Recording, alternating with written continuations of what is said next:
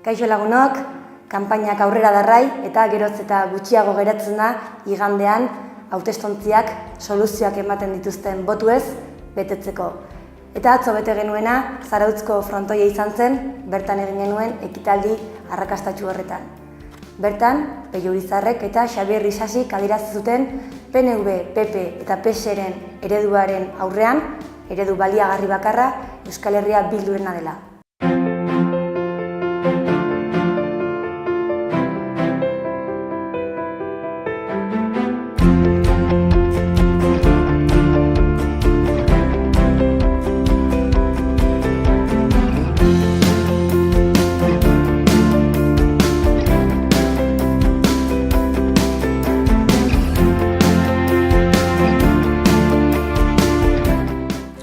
Aurrera pausoa emateko unea iritsi da eta Euskal Herria Bilduk pauso hori estatua sortzea dela argi du.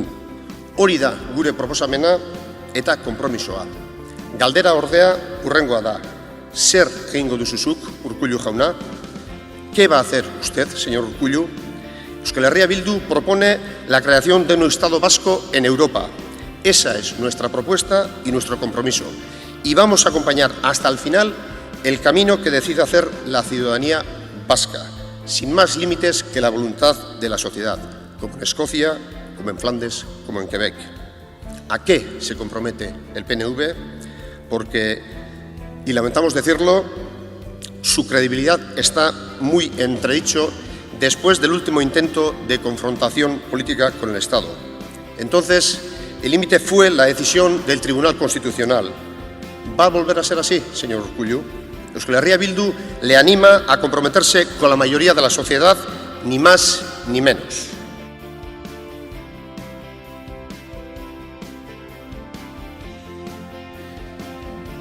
Urduri somatzen dugu EAJ, PSE eta PP bozeramaileak. Euskal Herria Bildu koalizioaren aurka ari dira elkar hartuta, etengabe, gogor eta zatar. Gure aurka dabiltza, Eusko Alderdi Jeltzalea, Alderdi Sozialista eta PPek hiruak bat eginda. Eraldaketarako balio duen eredu bakarra gurea delako. Ondo pentsatuz gero, ez da harrigarria krisia sortzen lagundu zuten hiru hoiek elkarrekin ibiltzea. Azken buru, hirure konpartitzen bai dute eredu berbera, krisia sorrarazi zuen eredu berbera.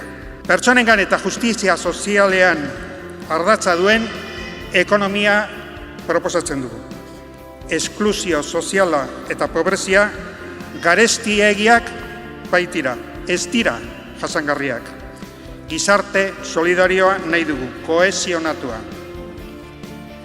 Repartiremos el empleo reduciendo la jornada laboral, reduciremos las escandalosas diferencias salariales, crearemos un sistema propio de pensiones, la jubilación a los 65 años y defenderemos un sistema sanitario público de calidad y suficiente. Bestalde gaur Gasteizen izan gara, Salburuan. Bertan, Belen Arrondok, Unai Paskualek eta Arabako beste hautagai batzuk soluzio berdeen inguruan hitz egin dute. Ingurumenari buruz alegia.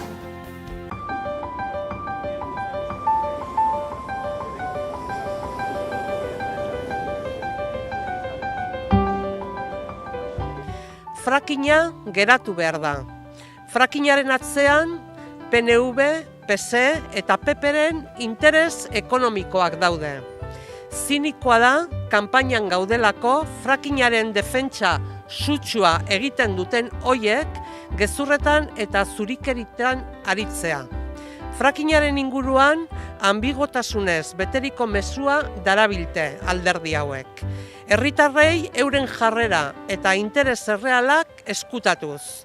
Izan ere, frakingeko enpresek ere argi adierazten dute PNV, PP eta PSek osatzen duten kasta politikoa eta euren legeak oso moldagarriak direla.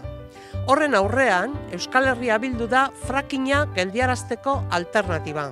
Politika eraginkorrak jarriko ditugu martxan. Hoien artean dago zerga sistema ekologikoarena. Gehien kutsatzen dutenak gehiago ordaindu dezaten. Proposatuko dugu gobernura iristen baldin bagara. Eta hasieran esan dugun bezala, igandea bertan daukagu, eta azken txanpa honetan, boto guztien balioa azpimarratu behar dugu berriro ere. Beraz, badakizue, politika egiteko beste modu bat edo aldaketa bat nahi duzuen guztiok, igandean Euskal Herria Bildu. Gure partetik beste gehiagorik ez, datozen egunetako agendarekin eta alternatibako gazteek egindako bideo umoretsuenekin utziko zaituztego. Bihar arte.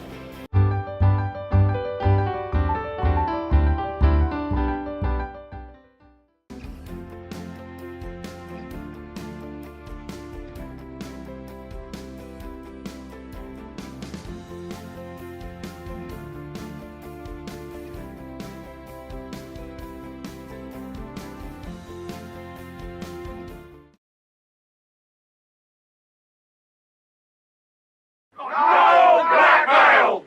They bled us white, the bastards. They taken everything we had. And not just from us, from our fathers, and from our fathers' fathers. And from our fathers' fathers' fathers. Yeah. And from our fathers' fathers' fathers' fathers. All right, Stan, don't labour the point. And what have they ever given us in return? The aqueduct? What? The aqueduct. Oh, yeah, they did give us that. That's true, yeah. And there's sanitation. Oh, yeah, the sanitation, Reg. Remember what the city used to be like? Yeah, all right, I'll grant you, the aqueduct and sanitation are two things the Romans have done. And the roads. Well, yeah, obviously the roads. I mean, the roads go without saying, don't they? But apart from the sanitation, the aqueduct and the roads... Irrigation. Medicine. Education. Yeah, all right, fair enough. And the wine. Yeah, that's something we'd really missed, Reg, if the Romans left. Public baths. And it's safe to walk in the streets at night now, Reg. Yeah, they certainly know how to keep order. Let's face it, the only ones who could in a place like this. All right, but apart from the sanitation, the medicine, education, wine, public order, irrigation, roads, a fresh water system and public health, what have the Romans ever done for us? Brought peace. Oh, peace! Shut up!